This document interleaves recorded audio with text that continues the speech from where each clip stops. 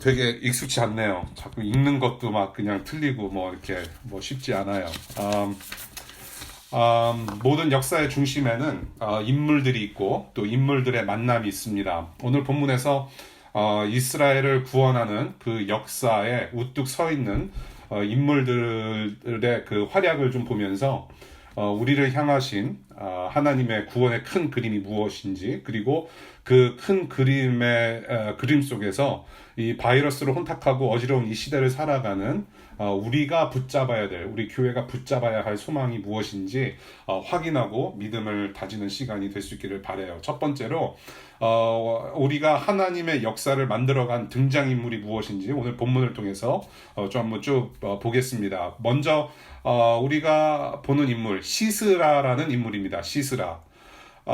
가나안 땅의 그 하솔이라는 지역을 다스리는 그 야빈 왕의 군대 지휘관입니다. 시스라. 그 당시에 최첨단 철병거, 철마차 900대를 소유한 굉장한 그 힘을 가진 군대 지휘관입니다. 이스라엘 민족을 힘들게 한 억압의 수행자로 이 등장인물을 보게 되는데요. 이 사람을 보게 되면은 그 히틀러의 충견이었던 그 아돌프 아이히만이라고 하는 사람을 우리가 생각해 볼 수가 있어요. 정말로 그 악명 높은 인물이었죠. 홀로코스트 비극의 원흉이었던 사람이었습니다. 이 아이히만이라는 사람이 세계 2차 대전이 끝난 다음에 아르헨티나로 도망을 갔죠. 근데 이 시스라는 사람도 본문 17절에 보면은 죽어가는 부하들을 뒤로 하고 혼자 도망을 갑니다. 굉장히 유사한 점이 많아요. 그리고 이 시스라라는 사람은 여자한테 처참하게 죽임을 당하는 그런 가장 그 당시에 있어서 가장 수치스러운 최후를 맞게 됩니다. 이 인물이 바로 시스라라는 군대 장관입니다. 두 번째 인물은 드보라입니다. 드보라. 어쩌면 사사기 4장에서 볼 수 있는 어떤 굉장히 그 주인공처럼 보이는데요. 그 여자 사사입니다. 여자 사사. 랍비돗의 아내라고 소개하고 있습니다.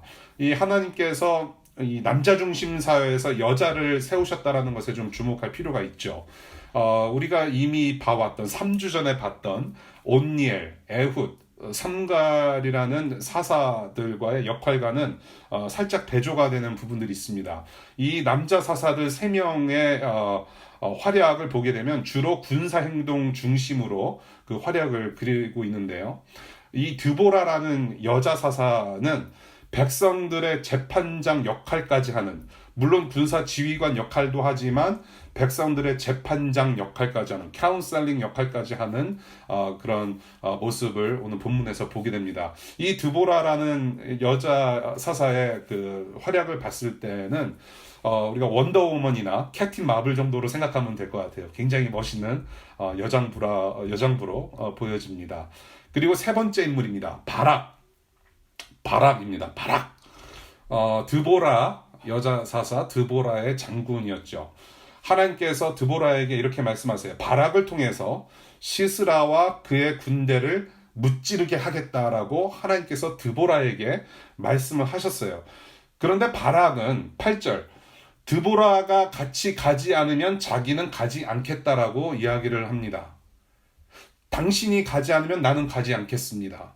어떻게 보면 믿음이 없어 보이기도 해요. 얼핏 보면 믿음이 없어 보여요. 믿음이 약해 보입니다. 그리고 드보라가 여자이죠. 여자. 드보라가 여자인데 여자가 전투 현장에 같이 가지 않으면 안 된다고 하는 것조차도 조금 이해가 안 돼요. 굉장히 믿음이 없어 보여요. 남자 같지 않아요. 그리고 드보라가 한 여자, 잠시 후에 등장하는 야엘이라는 여자에게 그 승리의 영광이 있을 것이다. 크레딧이 그 여자한테 갈 것이다 라고까지 얘기를 해요. 그럼에도 불구하고 이 바락이라는 사람은 9절에 그래도 따라가요. 갑니다. 따라 나서요. 싸워요. 과연 이 상황을 어떻게 이해할 수 있을까? 정말로 바락이라는 사람은 믿음이 없는 사람이었을까? 믿음이 약한 사람이었을까라는 고민을 좀 해볼 필요가 있어요. 제가 본문을 보게 되면 믿음 없는 자의 모습이 아니라 오히려 하나님께서 세우신 자 드보라에 대한 의지와 겸손이 돋보이는 인물이라고 저는 평가하고 싶습니다. 자신의 손이 아니라, 자신의 능력이 아니라 오직 하나님께 의존하는 마음이 있었다라는 것이죠. 자신의 손, 자신의 능력으로 해결해서 자기가 그 영광을 가지려고 하는 것이 아니라 오히려 순수한 믿음으로 의존했다라는 것이죠. 그래서 히브리 기자가 믿음의 거장으로 바락을 기억하고 있는지도 모르겠습니다. 우리 성경책까지 빨리 찾으실 수 있는 분들은 히브리서 11장을 보시면 좋을 것 같아요. 히브리서 11장 32절부터 34절까지 드보라라는 인물 대신 이 바락이라는 인물을 기억해내고 있다는 것을 우리가 보게 돼요. 히브리서 11장 32절부터 34절까지의 말씀입니다. 내가 무슨 말을 더 하겠습니까? 기드온, 바락, 삼손, 입다, 다윗, 사무엘, 그리고 예언자들의 일을 말하려면 시간이 모자랄 것입니다. 그들은 믿음으로 나라들을 정복하고 정의를 실천하고 약속된 것을 받고 사자의 입을 막고 불의 위력을 꺾고, 누구일 것 같아요? 불의 위력을 꺾고 바락. 칼날을 피하고 약한 데서 강해지고 전쟁에서 용맹을 떨치고 외국 군대를 물리쳤습니다. 믿음으로 여자들은 죽었다가 부활한 가족을 다시 맞이하였습니다. 또 어떤 이들은 고문을 당하면서 더 좋은 부활의 삶을 얻고자 하여 구태여 노연하기를 바라지 않았습니다. 그래서 바락이라는 인물이 이 히브리 기자한테 기억이 되었다라는 것이죠. 믿음의 사람으로서. 역사의 대열에 드보라가 아닌 바락이 오늘날까지도 기억되고 있다는 것을 좀 유심히 볼 필요가 있다는 것이죠. 네 번째 인물입니다. 야엘이라는 인물이에요. 야엘이라는 여자인데요. 이분을 마블 등장인물로 치면은 아마 블랙 위도우 정도 될 것 같아요. 굉장히 무서운 여자입니다. 시스라의 이 첨단 병기와 군대를 하나님께서 무찌르시고 그 시스라는 혼자 도망을 가요. 이때 야엘이라는 여인이 등장해요. 자고 있던 시스라를 살해해버립니다. 예. 그 당시에 이 말뚝과 망치는 주로 이제 텐트를 세울 때 이제 사용된 물건인데 여러 가지 설들이 있어요. 남자들이 주로 했던 일인데 이 야엘이라는 여자는 굉장히 능숙해서 정말로 아주 희귀한 여장부의 모습을 그리고 있다. 또 어떤 설들은 주로 텐트를 치는 것은 여자들의 일이었기 때문에 그 망치와 말뚝, 그 텐트 팩은 여자들한테는 굉장히 익숙한 물건이었을 것이다라는 설들이 있어요. 아무튼 중요한 것은 이 여자가 살해한 이 시스라를 죽인 장면이에요. 관자놀이가 여기죠. 관자놀이, 그렇죠? 관자놀이에 말뚝을 대고 망치로 박아버렸다는 얘기예요. 완전히 이것은 19금 엄청난 무서운 장면이죠. 여자가 말뚝으로 망치 때려서 이렇게 사람을 죽였다.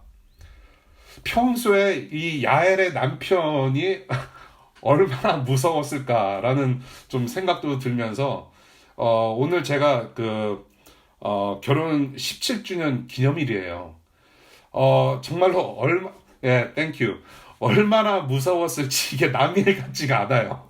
굉장히 무서운 아내를 두고 산 헤벨, 정말로 불쌍한 것 같아요. 아무튼 이 야엘이라는 여자의 활약이 오늘 돋보입니다. 그리고 마지막 등장인물이 있습니다. 바로 하나님이세요. 이렇게 사회적인 약자, 여인 2명, 그리고 남에게 의존할 수밖에 없는 이 장군과의 만남을 통해서 이스라엘의 구원 역사를 이루시는 어떤 전능자의 손길을 본다라는 것이죠. 인물들이 세워졌고 만남을 통해서 역사가 이루어졌습니다. 그 역사에 누가 서 계시냐? 바로 하나님이세요. 그래서 우리가 쭉 5 등장인물을 보면서 하나님이 어떤 일을 하셨는지를 이제 우리가 좀 생각해 보겠습니다. 구원 역사의 큰 그림을 그리셨어요. 하나님께서. 이 사사기 4장의 내용을 가지고 하나님께서 구원의 큰 그림을 보여주시는 것 같아요. 오늘 본문 드보라와 바락이 전투에서 이긴 방법을 상세히 말하고 있지 않아요. 그런데 다음 주 본문 5장 19절부터 22절까지를 보면은 물로 시스라의 군대를 몰살하는 장면이 나옵니다. 물로. 마치 무엇이 연상됩니까? 무엇 같습니까? 홍해에서 이집트 군사들이 수장당하는 사건을 연상케 해요. 이 홍해에서 이집트 군사들이 몰살을 당하고 그 다음에 모세와 미리암이 무엇을 했습니까? 승리 후에 노래를 불렀어요. 그것이 출애굽기 15장의 말씀이죠. 하나님께서 이스라엘 민족을 구원하시고 홍해에서 적들을 수장시켜버리고 난 다음에 모세와 미리암이 노래를 불렀어요. 자, 관자놀이에 말뚝을 박아서 승리하는 모습으로 우리는 무엇을 생각할 수 있을까요? 무엇을 연상케 합니까? 원시복음, 창세기 3장 15절의 말씀이에요. 창세기 3장 15절의 말씀.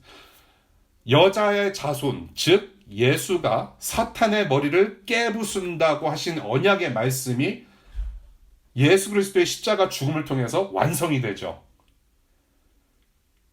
홍해에서 그리고 또한 시스라 군대를 처단하기 위해서 하나님께서 물을 사용하신 것처럼 하나님은 자신의 아들의 핏물로 사탄을 물리치시고 동시에 우리 모두를 정결하게 하고 거룩하게 씻겨 주셨다는 것을 우리가 생각해 볼 수 있습니다. 야엘이 시스라의 머리를 깨부수고 난 다음에 승리를 거둔 이 드보라와 바락은 5장에서 무엇을 합니까? 노래를 불러요. 구원이 이루어진 후에 하나님은 승리의 역사의 현장에 우뚝 서 있는 자들에게 노래를 주셨어요. 예수 그리스도의 십자가 승리로 하나님께서 구원을 완성하시고 하나님 나라의 영광의 날에 부르는 영원한 천국 노래를 모든 믿는 자들에게 주셨음을 요한계시록을 통해서 우리에게 보여주시죠. 하나님께서 싸워 이겨내실 거란 말씀 그대로 성취하셨죠. 주님께서 친히 그대 앞에 서서 싸우러 나가실 것입니다. 오늘 본문에서 이야기를 해요. 말씀이 앞으로 다 성취될 것입니다. 이미 성취됐어요. 우리 앞으로도 성취가 되면 하나님 나라가 완성이 될 거예요. 그리고 저와 여러분들의 입술에 영원한 노래가 부어질 것입니다. 이것이 바로 오늘 본문으로 보는 하나님의 큰 구원의 그림이라는 것이죠. 그러면 마지막으로 우리가 붙잡아야 할 소망은 무엇인가? 이러한 하나님의 역사 가운데 저와 여러분들이 이 시대를 살아가는 저와 여러분들이 무엇을 붙잡아야 할 것인가? 바로 오늘 본문을 통해서 이 역사를 통해서 예수 그리스도를 바라보게 합니다. 저와 여러분들의 대장이신 예수, 이 왕이신 예수 그리스도는 누구이신가? 예수 그리스도가 친히 우리 앞에 서서 싸우셨고 이기셨어요. 지금도 그 구원의 장엄한 역사 한복판에 저와 여러분들이 서 있고 인물들이 세워져서 만남을 이루어가고 그리고 그 예수는 지금도 우리 앞에 앞장서셔서 구원을 계속 이루어가고 계세요.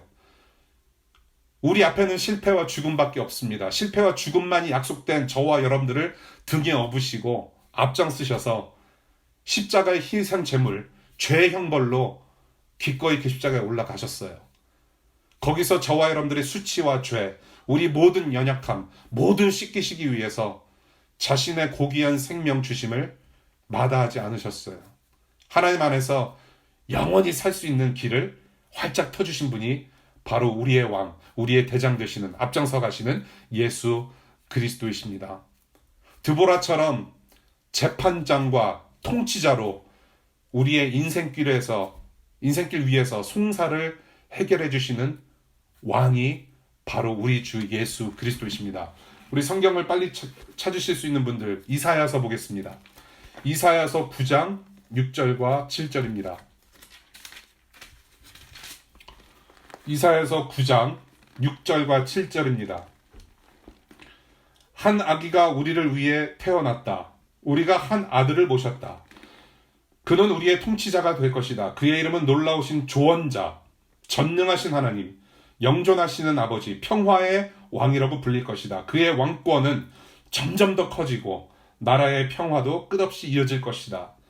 그가 다윗의 보좌와 왕국 위에 앉아서 이제부터 영원히 공평과 정의로 그 나라를 굳게 세울 것이다. 만군의 주님의 열심히 이것을 반드시 이루실 것이다.